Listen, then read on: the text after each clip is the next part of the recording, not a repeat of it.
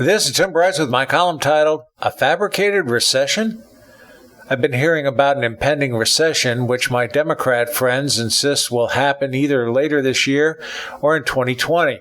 The media reports likewise, and I suspect these prognosticators will become louder as we get closer to the 2020 election.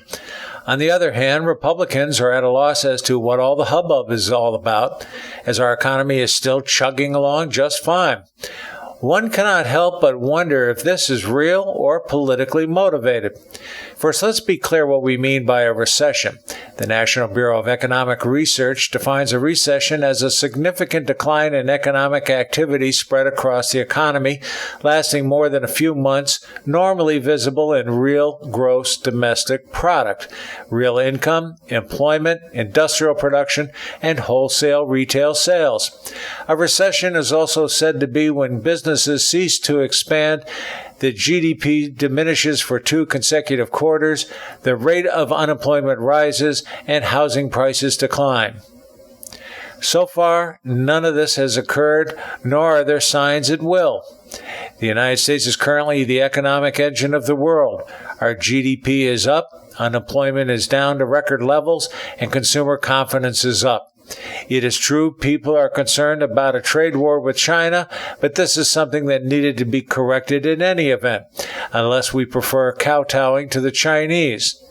Some are suggesting Europe is behind, but the reality is only Germany is showing signs of changes in production.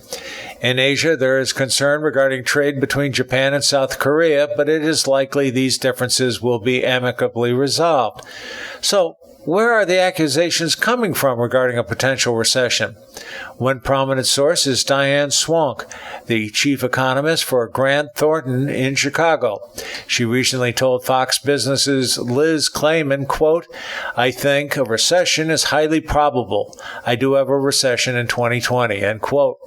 She sees Brexit and Japan-South Korea trade as contributing to it. In sharp contrast, Dr. Sonal Desai, the chief investment officer at Franklin Templeton Fixed Income, claims, quote, "The economic data shows no evidence that either the United States or the global economy is approaching a recession," end quote. She adds, quote, "The markets and the Fed seem to be looking at each other, feeding each other's fears, and completely ignoring what's actually going on in the real economy," end quote.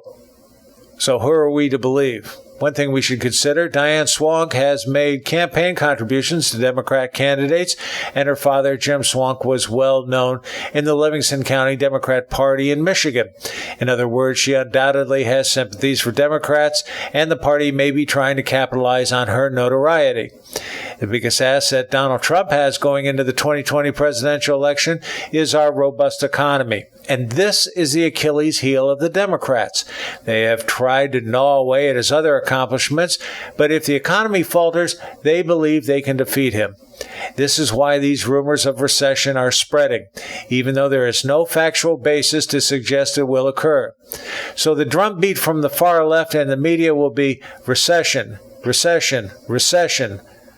The Trump bashers believe if they say it enough times, people will believe a recession is actually in the works, when in reality, it is not. Meanwhile, American business will continue at a rapid clip, and workers will benefit from this prosperity.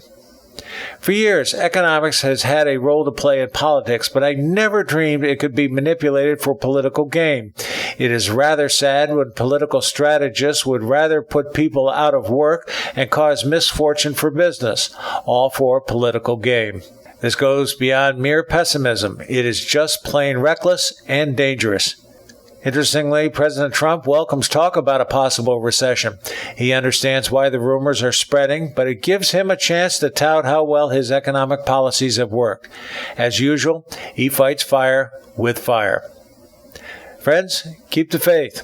This is Tim Bryce in Palm Harbor, Florida. Follow me on the internet at timbryce.com.